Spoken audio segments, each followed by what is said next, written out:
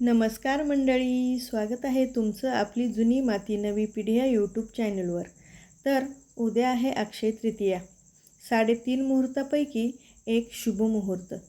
त्यामुळे मी आज बनवणार आहे संपूर्ण पुरणाचा स्वयंपाक आणि पुरणपोळीसोबत खाण्यासाठी मस्त असा आंब्याचा रस.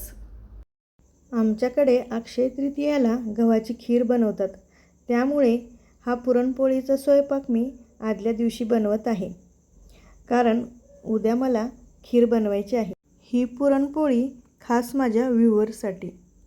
येथे मी 2 वाट्या हरभरा डाळ घेतलेली आहे. 2 पाण्याने स्वच्छ धुवून डाळ आता शिजायला घालायची आहे. डाळ शिजायला घालताना यामध्ये 1 चमचा गोडं तेल घालायचं आहे.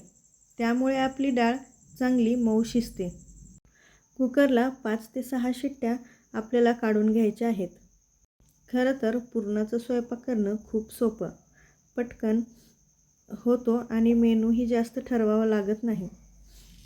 आपल्या इथे डाळ शिजेपर्यंत भज्याची तयारी करून घेऊया.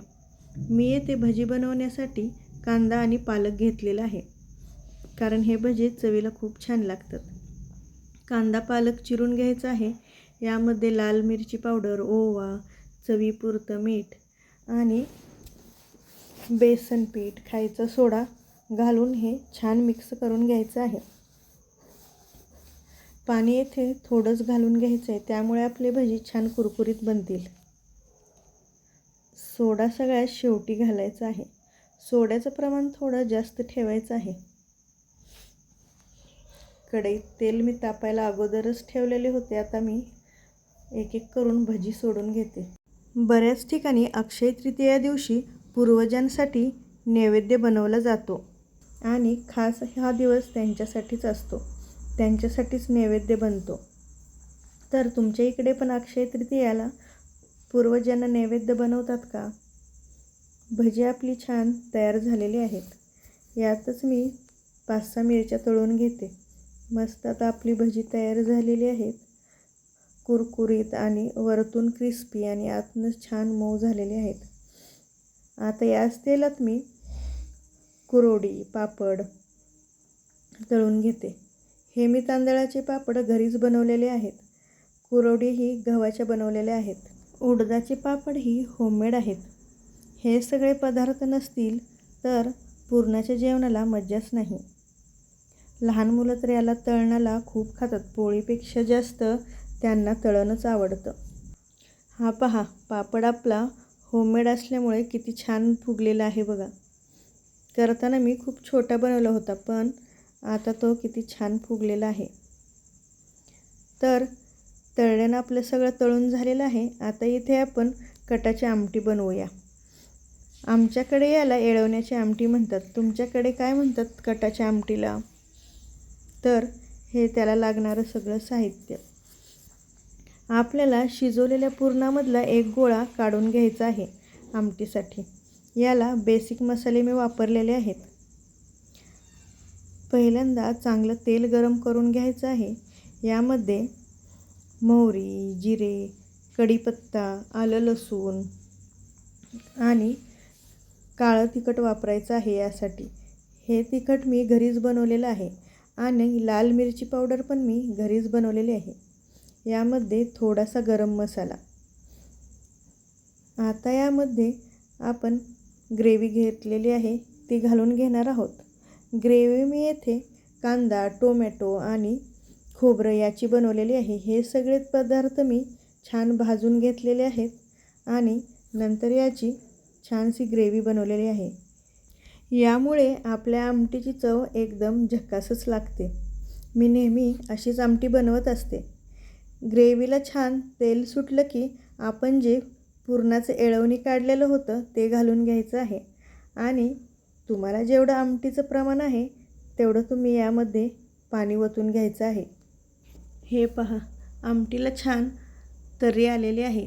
आपली आमटी येथे तयार झालेली आहे. आता मी येथे भात शिजायला ठेवत आहे.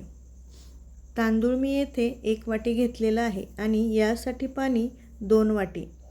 या पद्धतीने जर तुम्ही भात शिजवला तर एकदम मोकळा आणि मऊ होईल. भात शिजवताना यामध्ये आपल्याला 1 चमचाभर तेल घालायचं आहे. यामुळे आपला भात चांगला सुटसुटीत होतो. आता तांदळाला मी 1 ते 2 वेळा स्वच्छ धुवून घेते. पाणी मी अगोदरच गरम करायला ठेवलेलं आहे.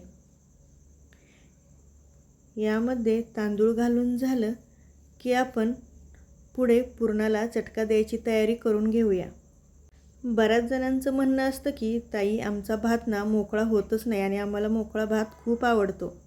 त्यासाठी ना योग्य प्रमाणात पाणी आणि कुकरला फक्त 1 शिट्टी पूर्ण आणि 1 शिट्टी अर्धी घ्यायची आहे. त्यामुळे आपला भात चिकट होणार नाही. एकदम मऊ आणि सुटसुटीत भात येथे तयार होतो.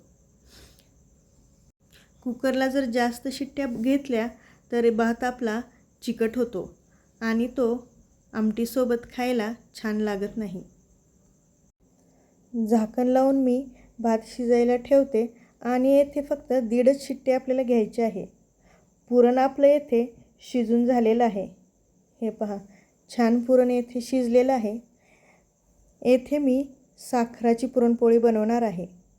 डाळ मी 2 वाट्या घेतली होती, त्यामुळे साखर ही आपल्याला 2 वाट्याच घालायची आहे. पुरणाला छान चटका देऊन झाल्यानंतर येथे जायफळ आणि विलायची पूड घालून घ्यायची आहे. यामध्ये विलायची आणि जायफळ पूड घातल्यामुळे आपण ज्या वेळेला पुरण बारीक करतो त्यावेळेला पुरणामध्ये हे सगळं छान मिक्स होईल. या पद्धतीने पुरणामध्ये आपल्याला झारा उभा करून बघायचा आहे. जर आपला झारा सरळ उभा राहिला तर आपलं पुरण येथे रेडी झालेलं आहे. माझ्याकडे पुरण बारीक करण्यासाठी ही चाळणी आहे. यामुळे पुरण छान बारीक होतं आणि यामध्ये एकही डाळ राहत नाही. हे पहा, किती छान मऊसूत पुरण येथे तयार झालेलं आहे. आता आपल्याला यासाठी गव्हाचं पीठ मळून घ्यायचं आहे. पीठ मळताना मिठाचं प्रमाण थोडं जास्तच ठेवायचं आहे. त्यामुळे आपल्या पोळ्या फुटणार नाहीत. पुरणपोळीची कणिक मळण्याची पद्धत ही खूप वेगळी असते. जर तुमचं पुरण घट्ट झाले असेल तर तुम्हाला पीठ ही घट्ट मळून घ्यायचं आहे आणि पुरण जर तुमचं पातळ झालं असेल तर कणिकसुद्धा आपल्याला तशीच पातळ मळून घ्यायची आहे, ज्यामुळे तुमच्या पोळ्या फुटणार नाहीत.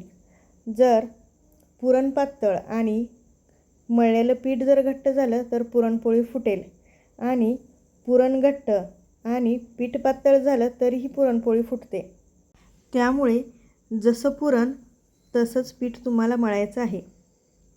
या पद्धतीने मी येथे कणकीमध्ये पुरण भरून याचा छान उंडा तयार करून घेते. मी या पद्धतीनेच उंडा बनवते. आता आपल्याला पुरणपोळी एका साईडनीच लाटायची आहे. हे पहा, या पद्धतीने छान पुरणपोळी माझी लाटून झालेली आहे. तव्याला अगोदर तेल लावून घ्या. यामुळे तुमची पुरणपोळी तव्याला चिटकणार नाही. डायरेक्ट जर तुम्ही पुरणपोळी तव्यावर टाकली तर ती तव्याला चिटकते. ही पहा, छान पुरणपोळी आपली तयार झालेली आहे. अर्धी पोळी शेकत आल्यानंतर मग तेल लावायचं आहे. अगोदरच तुम्ही ह्याला तेल लावून घेतलं ना तर पुरणपोळी आपली उलटण्याला चिटकते आणि त्यामुळे आपली पुरणपोळी फाटते. ही पहा, किती छान पुरणपोळी तयार झालेली आहे. मऊ लुसलुशीत अशी पुरणपोळी येथे तयार झालेली आहे. पुरणपोळी अशाच फुगत राहिले ना की पुरणपोळी बनवायचा अजिबात कंटाळा येत नाही. तर पुरणपोळी झाल्यानंतर येथे मी आंब्याचा रस बनवणार आहे. कारण अक्षय तृतीया दिवशी खास पद्धत आहे. पुरणपोळीसोबत आंब्याचा रस खातात. चला मग आंब्याचा रस बनवूया. येथे मी 3 मोठे आंबे घेतलेले आहेत. याला स्वच्छ पाण्याने धुवून याचे काप करायचे आणि चमच्याने याचा गर काढून मिक्सरमध्ये फिरवून घ्यायचं आहे. त्यामुळे यात गाठी राहणार नाही. पूर्वी अक्षय तृतीया दिवशी आंब्याचा रस केल्याशिवाय नैवेद्य नसायचा आणि अगोदर अक्षय तृतीया दिवशी देवाला रसाचा नैवेद्य दाखवायचा आणि नंतरच घरामध्ये आंबा खायचा, अशी पद्धत होती. तुमच्याकडे पण आहे का अशी पद्धत? आपला रस आता येथे छान तयार झालेला आहे. मस्त केशरी कलरचा रस येथे तयार झालेला आहे. आता हा पुरणपोळीसोबत खायला एकदम रेडी. चला मग आता मी पुरणपोळीचं ताट लावून घेते. पुरणपोळीचा स्वयंपाक आपला येथे सर्व रेडी झाला आहे. तर आजचा हा पुरणाचा स्वयंपाक तुम्हाला कसा वाटला हे कमेंटमध्ये मला नक्की सांगा. आणि हा व्हिडिओ तुम्हाला आवडला असेल तर आपली जुनी माती नवी पिढी या यूट्यूब चॅनलला सबस्क्राईब करायला विसरू नका. शेवटी यासोबतही रसाची वाटी. धन्यवाद.